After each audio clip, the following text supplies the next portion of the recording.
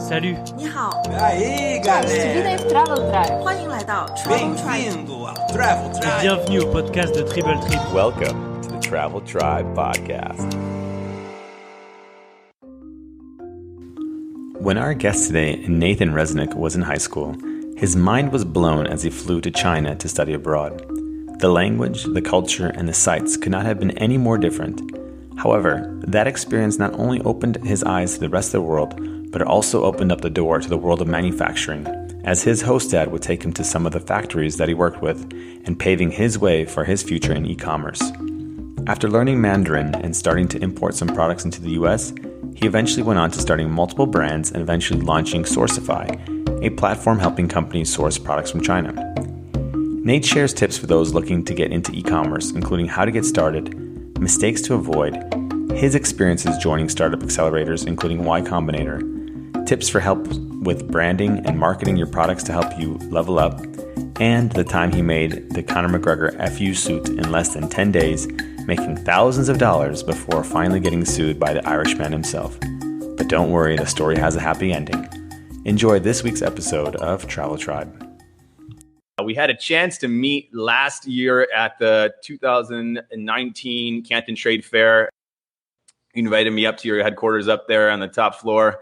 And it was nice to chat. And I was just super excited to have you on the show and share your story about China and how that kind of led to where you are today. Speaking of, before we get started, why don't you give us a little background story on you and some information about yourself? Yeah, totally. I mean, my background stems in China. I used to live over there in high school as a foreign exchange student. Went over there and didn't really speak much Mandarin and lived with a host family, didn't speak English. And it was so eye-opening. It was such an incredible experience to, just have that immersion. And so became very fascinated by how factories produce products and started, importing and selling products online in 2010, just selling shot skis and who knows what on Amazon and eBay. By the time I was 19, we were doing, over $100,000 a year and just continued to grow from there. And as my, e-commerce ventures grew, a lot of people asked, well, how do I produce products in Asia?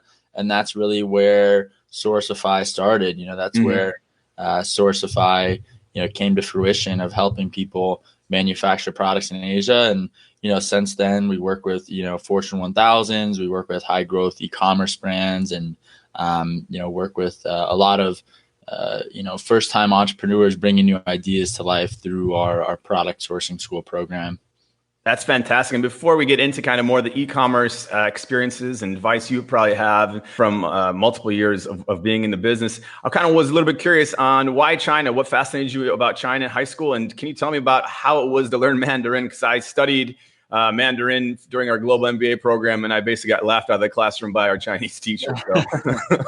Yeah, it's a good question. I think part of it was my older sister. She was studying Spanish, and I just wanted to be different than her. So my high school back in Maryland, where I grew up, offered Chinese, and so I started studying my freshman year of high school, and just became really, excited by the language in terms of how it flows.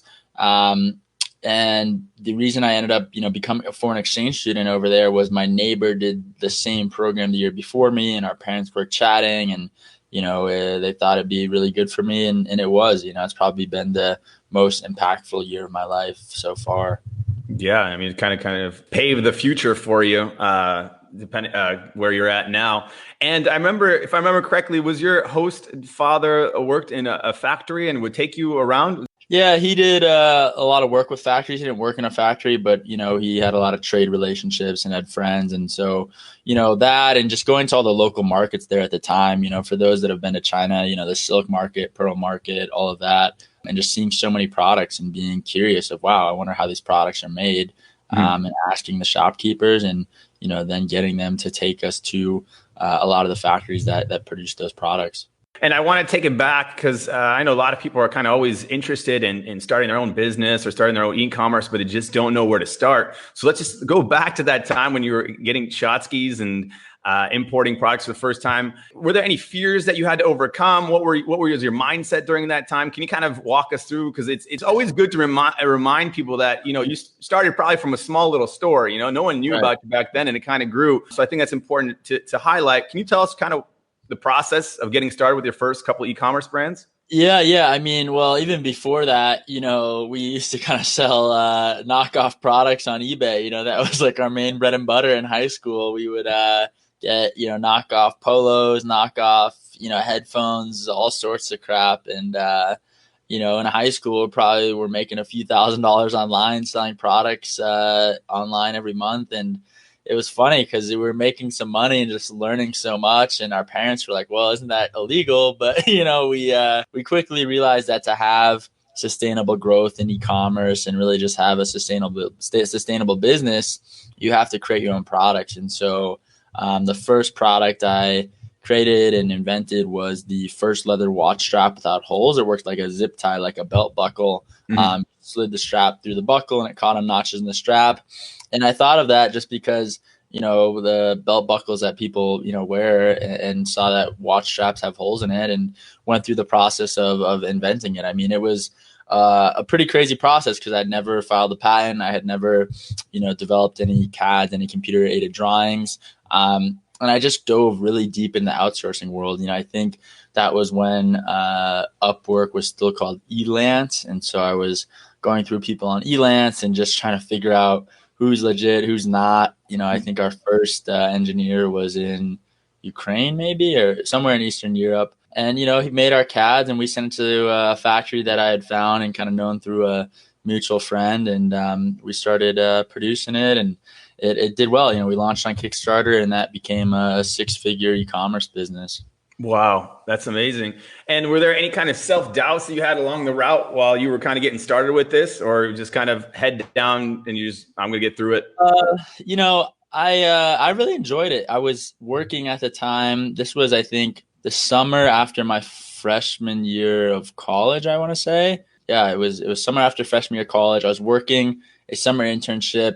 It was funny. I signed up. I was with this company called Eye Black. They produce like athletic eye black strips. And I thought my internship would be, going to all these sporting events, really going to all these baseball games and stuff. It was a 9-to-5 internship and I was cold calling retailers across the country from 9 to 5, making, 50 to 100 calls a day. Like it was a pretty brutal internship. I learned a lot, have a lot of, respect for that company, but, realize like, look, if, this founder and CEO can start this company and grow it into a 7-figure business, why can't I? And so that's really where I started spending my nights just talking to different factories and suppliers overseas, talking to different engineers in Europe through Elance. So I don't think I wasn't necessarily scared. I don't think that's how I would say it. I was excited by the unknown. I didn't think there was that much of like a downside. And I had read that book that I always recommend to, people starting out, The 4-Hour Workweek by Tim Ferriss. I think most people have heard of it now, but it's just so, to me, it makes it so realistic of how easy it can be to start a business. They talk a lot about lifestyle and automation and optimization, but it just makes it so easy to realize how to start a business. You're like, okay, well, I'm selling this product. Here's my profit margin. Here's how I can test Google Ads. And so it was just, that book helped me realize like, okay, it's not that hard to start a business. I mean, I remember after we had our first sample, I was in my college's business school, like in the lobby, whatever. I'm hanging out with a buddy and I'm like, this is when I was scared because I had to file a corporation for this company. I was going to go launch on Kickstarter and, I had read up somewhere where you should file a company before you launch on Kickstarter to separate the liability from you personally in case something happens with the project or whatnot. So I'm in the business school. I'm like talking to my buddy. I'm like, dude, I'm super scared to file this corporation. Like, what does this mean? Like, are my taxes going to get fucked up? What's going to happen? And I just Googled like company formation and I had heard Delaware was a good state because they have good taxes, I guess, for corporations. And so I just went online and found a website called Harvard Business Services. I mean, honestly, I've now filed probably like close to a dozen different LLCs or corporations through them. It's just super easy to do. And yeah, I just, did it online as a sophomore. And my buddy was basically like, do it. Like, what do you have to lose? And I was like, I guess you're right. I don't really have anything to lose. So I just did it and went from there. Oh, that's great. Yeah, I think that's one of the The safe routes is if you have some kind of full-time job already, you're doing it on the side. I mean, then it's just like you have nothing really to lose by trying. I mean, if things don't work out, you at least learned a lot during the whole experience.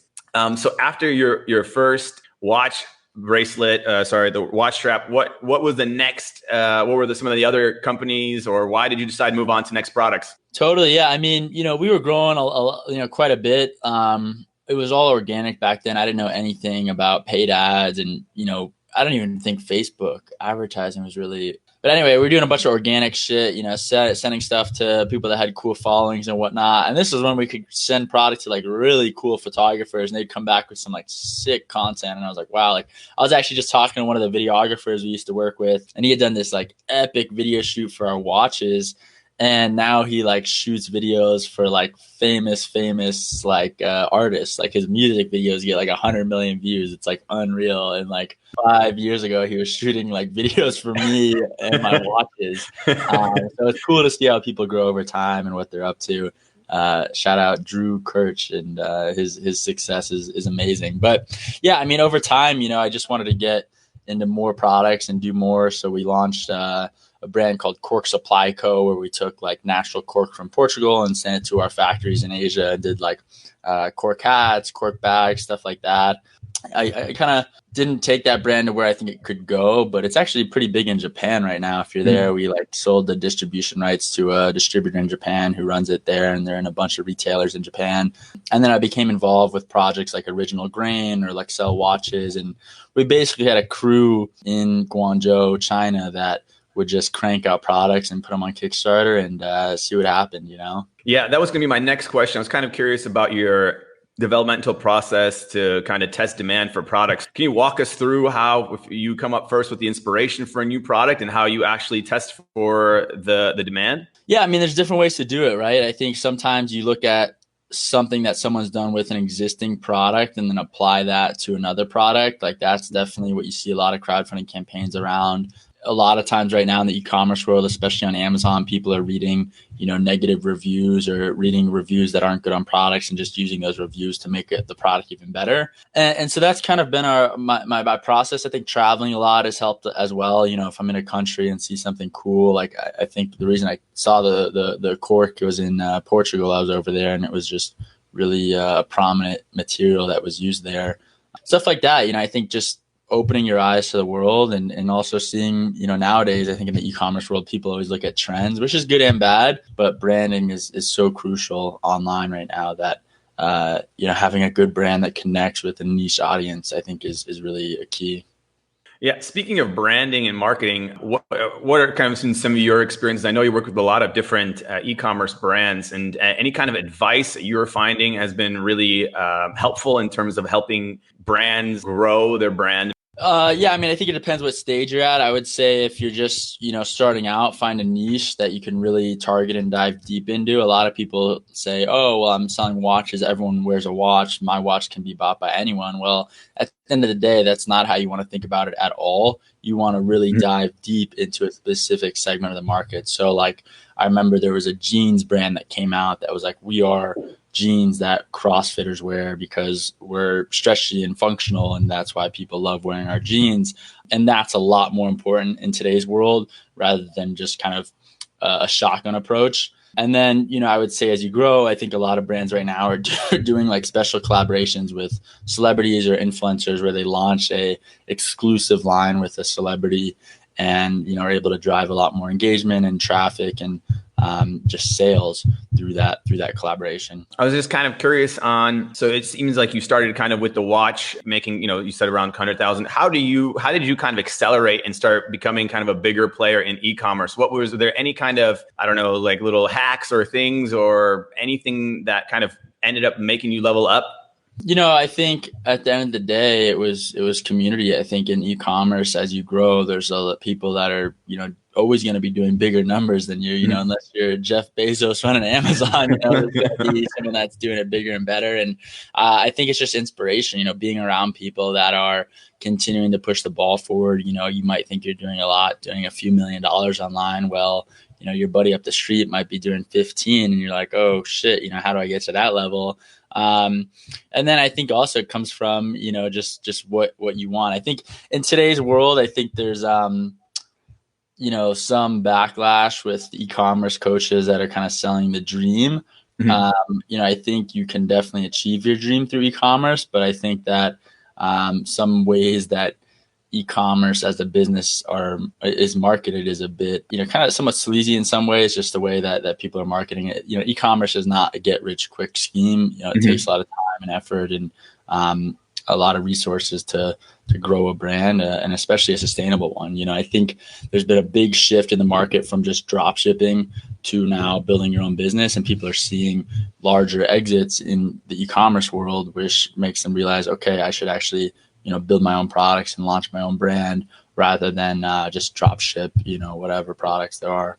Yeah, exactly. It's one thing. Yeah, I was discussing that as well. I mean, anyone can drop ship, right? And so it's like you're not really building that much of a brand behind that. So I definitely know it takes time for that. And another kind of quick question is like, what advice would you give someone who's kind of feeling frustrated about wanting to start something but not knowing how, or kind of how to take action on inspirations or projects? Yeah, it's a good question. I would say if they're like scared to start, my key advice is just write down what's the worst that can happen. Most of the time, the worst that happens is you end back, in your job that you're already working or wherever you were from the get-go. So I don't think the risk of starting a business is really that high. And from there, you'll realize, okay, well, that's not that bad. The worst that can happen is not that bad. And then you should have the confidence to move forward. And my approach with any business is always just writing down what you need to accomplish from a grand scheme of things. If you're launching a product-driven, e-commerce business, well, you've got to design the brand, you've got to put up the site, you've got to source and manufacture the product, you've got to figure out your logistics and 3PL, and then you got to figure out how to market your product. So those are kind of the high-level aspects of getting that business started. And then from there, it's a matter of, diving deeper and, trying to figure out, well, okay, if I need to launch my website, what platform am I going to host it on? Who's going to design the site? Who's going to build the site? All of that. So, as you realize what aspects or, facets go into your business, you can kind of pull different levels and achieve, different steps towards launching and growing. And speaking of taking steps to kind of move forward and learn things, is there any kind of tips you have for shortening the time of the learning curve and learning how e-commerce works? Yeah, I mean, I think the best way to learn is by doing. That's what I've always said. And so the key is just get started and get going. You aren't going to learn. You can learn some things listening to different YouTube videos or different, e-commerce experts and whatnot. But at the end of the day, if you really want to learn how to do something, you've got to do it yourself. You can't listen to someone do it and then, think you know how to do it. That's just not how brains function. So you were kind of setting up some of these brands, and tell me a little bit, you're wearing Sourcify shirt. How did this idea to create Sourcify come to fruition? Yeah, totally. After college, like many people, I didn't really know what I wanted to do. I had some success in the e-commerce world, I had a little capital, and I basically did this really cool program called Birthright Excel. It's like an extension of Birthright, and it enables people to do a full-time internship in Tel Aviv and become a part of a really strong knit leadership community. And so I ended up becoming part of this startup accelerator there and had the idea for Sourcify there, started kind of teetering with it, but was still in that travel stage of my life where I wanted to see the world. I had lived in China and I had been in Asia quite a bit, but I'd never been in, Europe or the Middle East. And so I didn't run with the idea when I was in this startup, accelerator. I kind of just played around with it and tinkered with it. And then ended up buying a one-way ticket after my 3 months in Tel Aviv to Greece and did a 6-month Euro trip, which was a lot of fun. And I think I timed it, exceptionally well because my buddy in college had started one of those Instagram travel pages. And he was like, Nathan, you should start one too. So I started a travel page called Nathan Explores. And I went, all across Europe, basically staying at some of the nicest hotels for free because I would take photos of their hotel. I would, post about them. And, I also started to write at that time for the Huffington Post and the Next Web and some of these, larger media outlets. And so could write about and include some of these hotels in the media outlet. And this was before all the travel kind of Instagram people came to fruition and realized how cool this could be. And it was amazing. I mean, I stayed at, villas in Venice, Italy, where I had, a 5-bedroom canal house to myself with this incredible rooftop balcony. And, sometimes I'd sit there and just be like, what is this? Like, this is crazy. It was unbelievable. But when you travel for that long, after 6 months, I was going to a new city every 3 to 5 days, and I got tired. I was like, this is cool. It looks nice, but number one, I'm not really making much money. I mean, I was doing some writing on the side, but I wasn't making, much money. And then number two, I just was tired, going to a new city every 3 to 5 days. Like, that's a lot of travel for 6 months. And I also was like partying and drinking way too much, because that's how you meet people when you're traveling. Ended up going back home, back to DC, and my mom's like, all right, well, you got to get a job now, it's real life. And so I applied for a few jobs. I got one. It's actually funny because I got a job offer at a company called Flexport, which is like a big freight forwarder that we work with now. And it's now, one of our partners at Sourcify. But, I told my parents, I was like, look, I got this idea for this company in the back of my head. I think I'm going to move back out to San Diego and run with it. And so that's what I did. I moved back out and just started, Sourcify in my living room, staying up late and sourcing products for anyone that would pay us. Sounds like you were a little bit ahead of your time with the travel, Instagram, getting free hotels, which seems like everyone's trying to do nowadays. Yeah, I kind of wonder too what it would have been like if I stayed down that route, because some of these pages and like influencers now are doing really well. I mean, you hear of some of these TikTokers right now doing really well and whatnot. It's cool to see. I mean, I think nowadays community and commerce, go hand in hand. And so I think that's why these influencers are so important. But yeah, I mean, I wouldn't be, here today if I was still, a travel influencer. I don't know. Yeah, absolutely. Was there anything from that 6-month journey that kind of changed your perspective, or any kind of enlightenment moments while you were on this kind of 6 months of kind of getting lost in Europe? Yeah, I was primarily solo traveling. Like, I just kind of went city by city, and a lot of people are like, oh, wow, like, wouldn't they get lonely? And at the end of the day, like, I never felt like I was alone. It was so easy to meet people either at different, hikes or tourist sites or hostels, all over, bars. And like, you just kind of realize like, wow, like, the world is more similar than different. A lot of people, especially in today's world with what's going on, with racism and the different movements across the world, thinking that people are so different. But I mean, I tell you, I've traveled all across Europe and Asia, and people are way more similar than they are different. And, I think the key takeaway that I had from traveling is if you're able to find like a common ground or a common, thing that you like with that other person, like we both like, soccer, or we both like mountain biking, or we both like, girls, or whatever it may be, like you're able to find that common ground, you're able to have fun with almost anyone. Some people I would travel with and they're like, super into ATVing, and we go on these like crazy ATV rides through like, islands in Greece, or like some people are really into going clubbing and you're staying out till like, 5, 6 a.m. in Spain. And you're just like, holy, it's crazy. So for me, I think my biggest takeaway is like with any relationship, it's a matter of like finding something that you both really like to do. Mm-hmm. And that's kind of the strong point in that relationship. Yeah, absolutely. I usually, when I'm kind of traveling around or in new places, that's one of the first things I want to do is find what we have in common. Whether I've been to your country, I know some of the cities you've been there, or like you said, something very general that we like the same sport. So you come back and you have this idea for Sourcify. How does Y-Combinator come into the picture here? Yeah, it's a good question. So, we went back. I was back in San Diego, starting in my living room. There was a really cool nonprofit incubator in San Diego called Evo Nexus.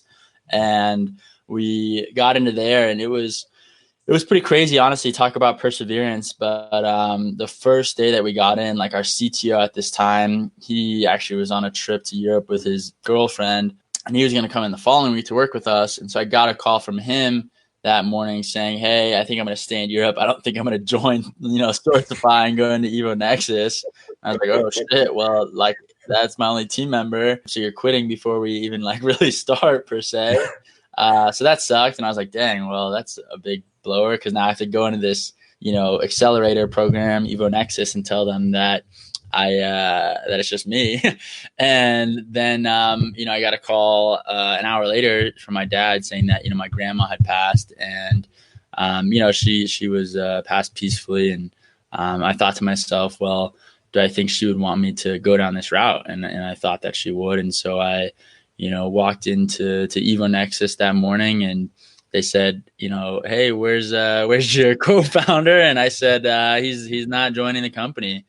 And they said, okay, well, let's see what you can do, So they were very supportive. They helped with growth. And, fortunately, I met some incredible founders through Evo Nexus that I'm still good friends with today. So we did that. We grew quite a bit through Evo Nexus. We raised like kind of what I'd call like a pre-seed round.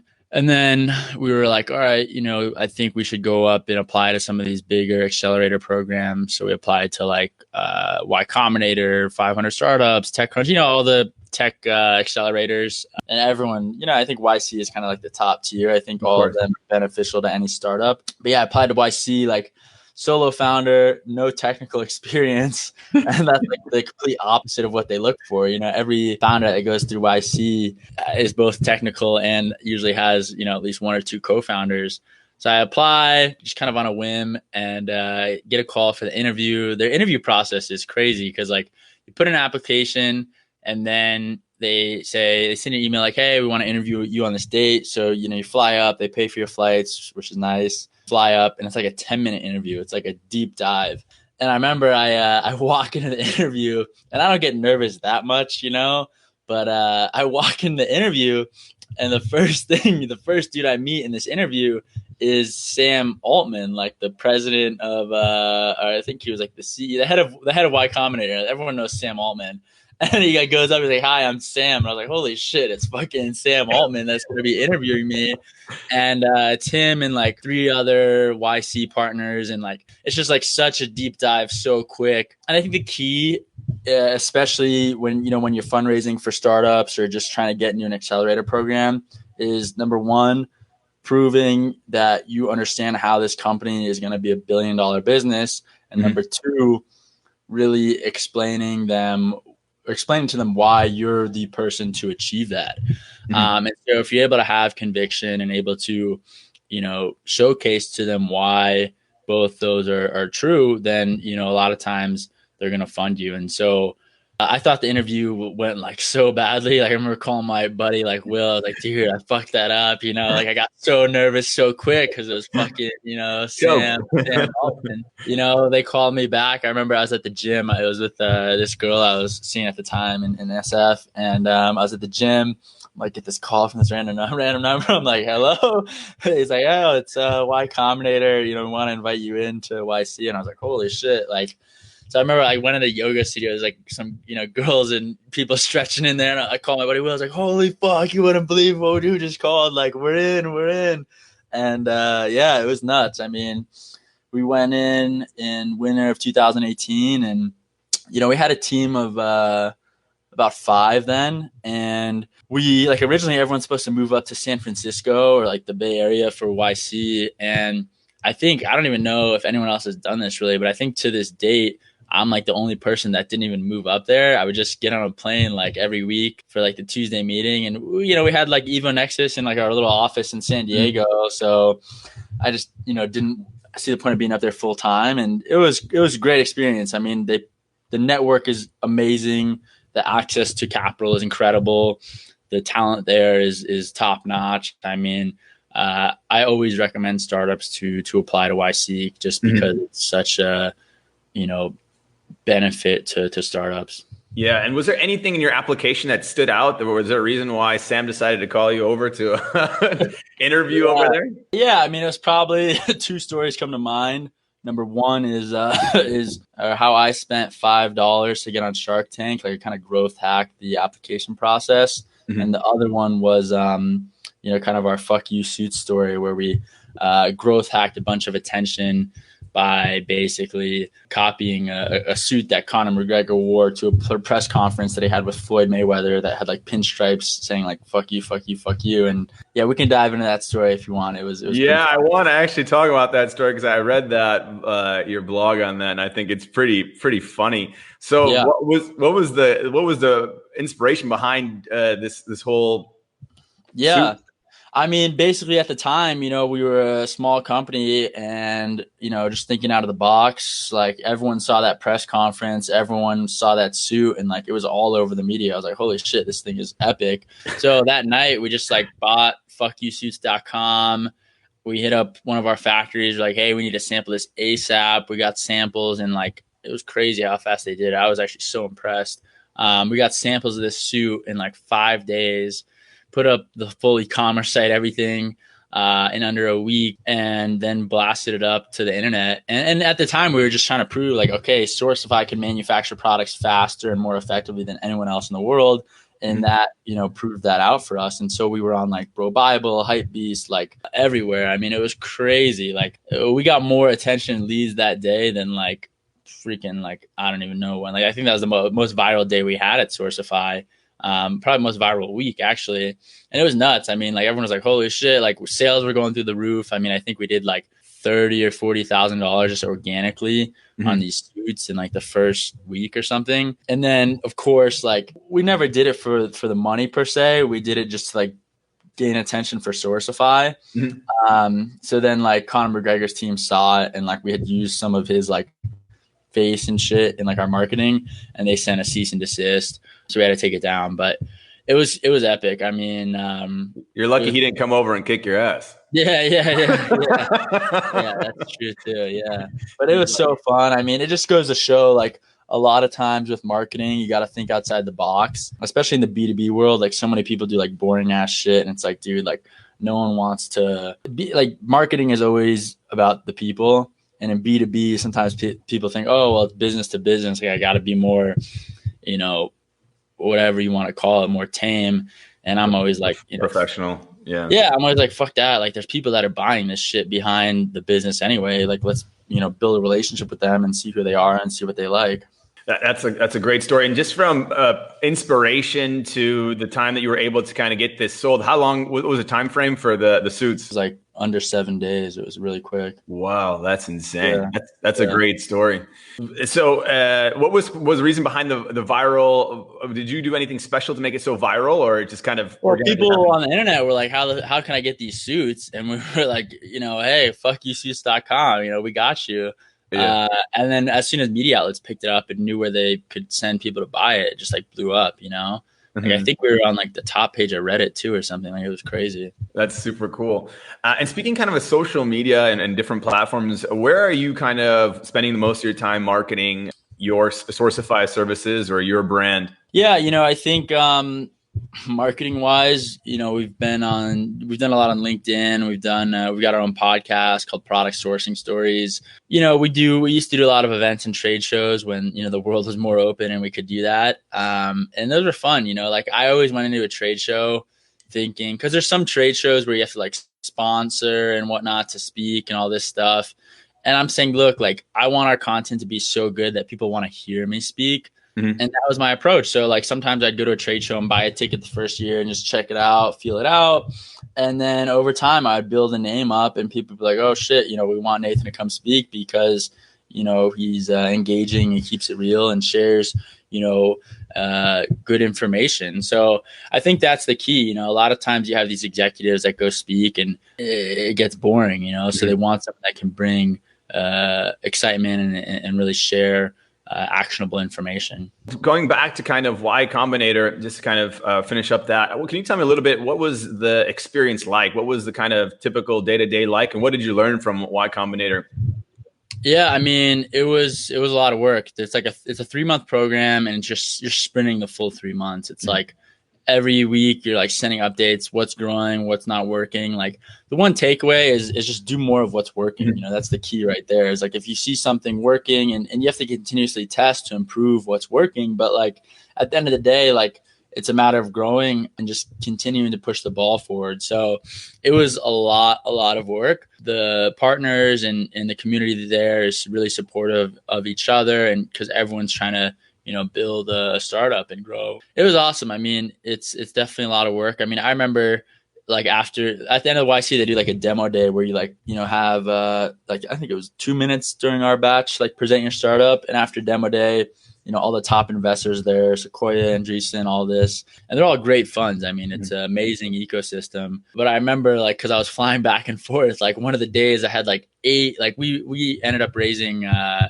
we were one of the top, hyped up companies, in our batch, which was awesome. It made fundraising, very, very efficient and effective. But I mean, I remember sometimes going through SF, having 8-10 meetings in a day with VCs, and every single meeting, you have to bring that energy. You have to bring that excitement, because if you aren't excited by your business and what you're doing, the investor won't be well, why the fuck do I care if this founder doesn't care? And so that was such a key. And so I remember sometimes flying back. I remember I was on a plane specifically one time. I was flying back, and I swear I was asleep, but my eyes were open, and I woke up, and the dude next to me was what is going on with this guy? He thought I was probably on some drugs or who knows what. But I was just sleep deprived almost from using that much energy going around San Francisco pitching these investors to fund Sourcify. And we had success in fundraising, which was awesome. And at the end of the day, I think there's a bit of a misconception in the startup world today where fundraising is so celebrated, and it is good to celebrate raising capital, but at the end of the day, the end goal of a company is to provide value to the world and have an exit for your investors. And so the fundraising aspect, I think, is over celebrated. I think that, really people should celebrate, outcomes more. And just because you raise capital doesn't mean you're going to be a success. There's absolutely no correlation between raising a lot of money and having success. And I think that became even more apparent with SoftBank putting in so much money to startups that a lot of times we're folding or have folded. So it's just an interesting world in the startup ecosystem right now with the amount of capital that's available. So going into Sourcify, once you kind of got started, I had a chance to visit your office. You have some lovely people there. How are you building teams, and how are you choosing people to work for you? Yeah, that's the hardest. I mean, hiring and growing a team is the hardest thing in a company. And I think right now we're very fortunate to have strong leaders, some of them that you met in China. And I think when it comes to leadership, I think in growing a team, I think it's about finding the right people. We always have a very kind of free culture at Sourcify, where I'm always look, work when you want, where you want, as long as we're achieving what we set out to accomplish, then everyone's happy. And if we aren't, obviously we have to take a step back and see what we can do to improve that. And so that's really, been our mindset and goals. And since day one, I mean, I kind of realized earlier on that I wasn't I don't like micromanaging. I actually hate micromanaging. So I usually tell people hey, here's a goal. How do you think we should achieve it? And people say I'm very trusting in our team. I try to let them do what they think is best and, run with it. And I know kind of over the last year, you've kind of gotten some attention on news media because of your knowledge and expertise in sourcing. One thing you talked about was diversifying supply chains, kind of not just staying in China, but moving on to Vietnam and Thailand and Philippines. How's that looking now? Yeah, it's still really important. We have people in all across Asia, China, Vietnam, India, Pakistan, and then as well as Mexico. So diversification right now is always top of mind when it comes to a supply chain. It's so interesting, running production across different countries. There definitely are different things to look out for in each country and different things to look out for with each supplier. So there's a lot of moving parts there. And any pros and cons, for example, if someone moving away from China and let's say going to Vietnam or Thailand? Yeah, I mean, I would say capabilities China, you can basically produce almost any product you want. Whereas in, Thailand or Vietnam, their production base just isn't as strong as it is in other countries. So a lot of times the raw materials are going to be coming from China still anyway. In Mexico, a lot of the raw materials still come from Asia. It's longer lead times because they have to import that product into Mexico and then, put it together. So it's a different balance. You just have to be aware of all the moving parts that go into it. And how are you able to kind of work with different like cultures? Do you have any kind of cultural misunderstandings or issues at work ever when you're kind of going to these new countries? I mean, I just know how they say la why and all that stuff in every country now, like it's funny. I mean, it's always cool to be able to travel and see and interact with people from different countries. Like probably the most remote place I've been, for anyone that's Filipino that's tuning in, I was in this like I think it was southern tip city called Zamboanga. And before I was flying there, I was like looking it up. And it was on the do not travel list of like the EU and the US government. I was like, oh shit, like what's going on? And it's like, because there is a lot of terrorism there. Like there's a lot of like kidnappings and some bombings and stuff. But we had like some very good factory partners there, and they have like a free economic zone there. So I was like, fuck it, I'm going to go check this out. Like this factory kept inviting me, and I was like, all right, I gotta go check it out. Why not? And I was in Guangzhou. I fly over. I like missed my connecting flight in Manila, like Terminal 1. You got to take like a taxi to like Terminal 3 on. I was like, what the fuck? Like it was crazy. I almost got lost just going through Manila to the other terminal. I'm in the airport, had missed my flight. There's only one other, white dude in this airport, one other foreigner in this airport. And of course he's Australian. Australians are freaking all over the world. And this guy's like, hey mate, like where you going? I'm like, Zamboanga. He's like, what the fuck? Like don't go there, bro. Like what? You should go to Cebu or some shit, And yeah. And I'm like, I don't know. I gotta go for work and stuff. He's like, all right, well if you know people, okay, but I would never go there. Like, okay. So I fly down, and it's like, me and every man or woman has like, a headdress on and stuff on the airplane. I'm like, holy shit. I'm like, what am I getting myself into? I don't know. Everyone's like looking at me like, wow, is this like foreigner on the right plane here, And I land, there's like barely a terminal at this, little city. I'm like thinking like, oh shit, like where am I? I don't have service or anything, And like I hear this dude just like screaming like Nathan. It's like Ron, who like runs the factory, and he takes me, he's got like a driver. I'm like, oh shit, is this the start of like a kidnapping? How does this work?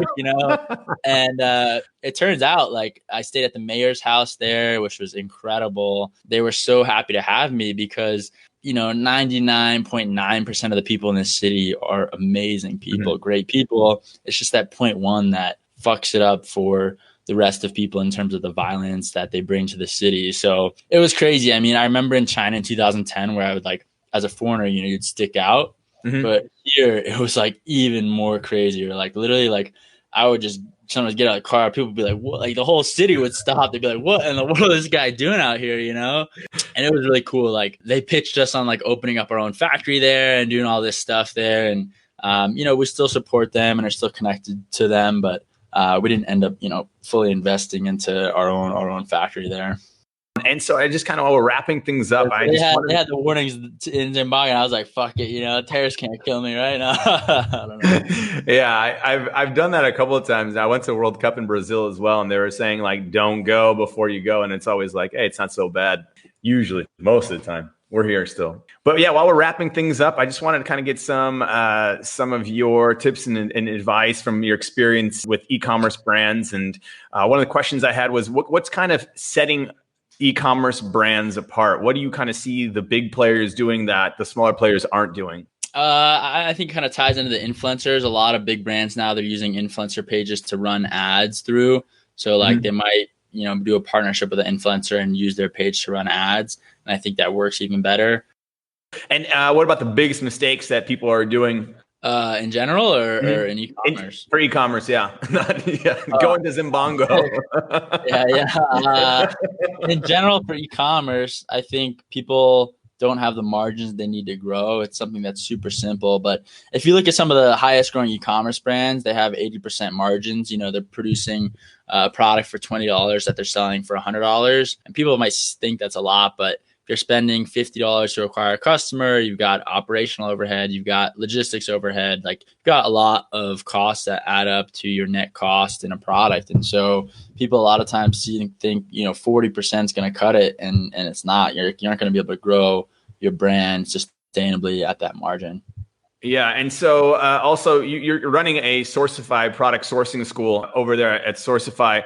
What are kind of some of the value points that you guys offer for people participating in this? Yeah, we teach people how to go from an idea to a product in as little as 90 days. So we walk them through a step-by-step process that we've used hundreds of times to bring new products to life. And it's been awesome. You know, we have anywhere from like high school students to retirees to single mothers manufacturing their own products and starting their own businesses. The commitment for that is, you know, are they working on it every week? Are they having meetings with you every day? Or how does that kind of look like on a week-to-week basis? Yeah, so it's an online program. They're then set up with a sourcing coach, and then I host weekly town halls with our community. So it's really cool. We've got like over 1,000 people in it now that, you know, are manufacturing all sorts of products.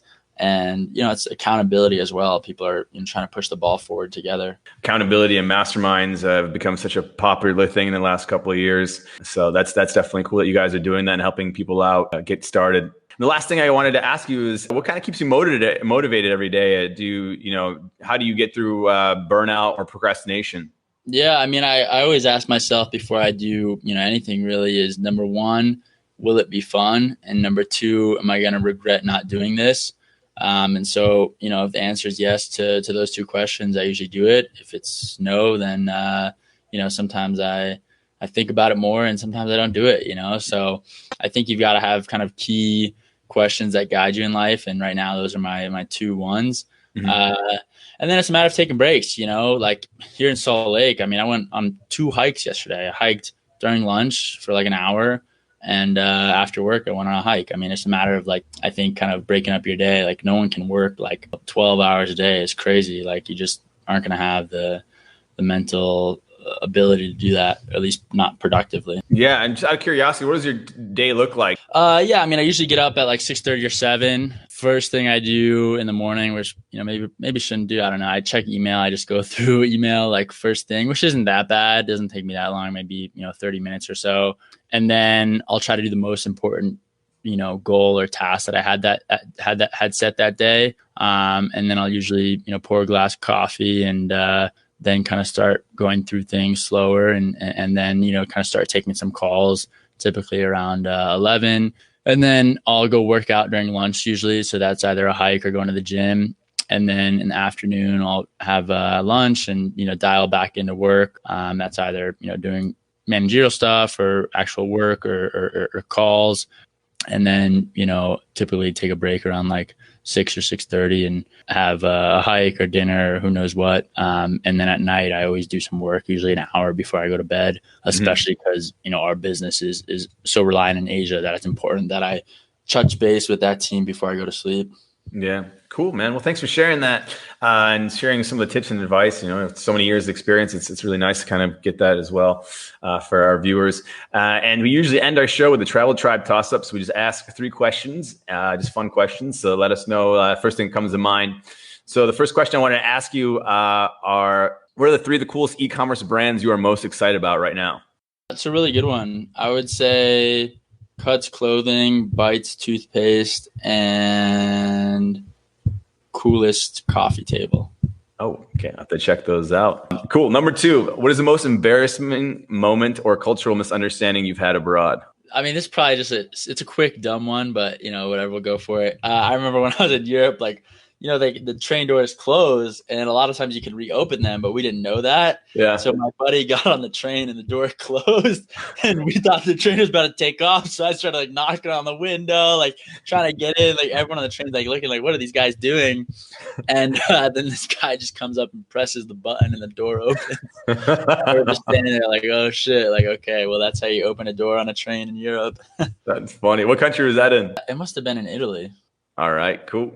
And the last one, what experience made your heart sink? Any disasters, especially when starting e-commerce? Yeah, you know, we've had stupid shit happen all the time, you know, everything from having thousands of socks mislabeled in terms of them being the wrong size and having to hire people to come in and relabel them. You know, it's just like stupid stuff like that where you're like, wow, like, you know, we need to really, you know, dot our I's and cross our T's here to make sure everything that we're doing is right, because otherwise it just adds a lot more time and inefficiencies to our process. So we've learned a lot in terms of, you know, quality control, in terms of making sure that products are coming off the production line as they should be, rather than finding out, when you open the container at the warehouse here.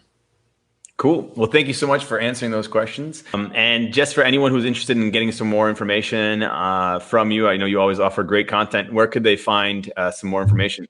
Yeah, just, Sourcify.com, or I'm pretty active on like Twitter and LinkedIn, Nathan Resnick. And yeah, just reach out if you guys have any manufacturing questions or e-commerce questions. Cool. Well, thanks, Nate, so much for joining us today. I really enjoyed the chat. Hopefully other people did as well. Best of luck to Sourcify, and best of luck to you during these challenging times. Hopefully you guys are able to adapt and kind of become stronger through the times, and we'll keep in touch. Definitely. Thank you. All right. Take care. Well, that does it for this week's episode of Travel Tribe Podcast. Join us each Tuesday as we release new episodes with great adventurers. Until then, remember, the most dangerous thing you can do in life is to play it safe. Stay adventurous.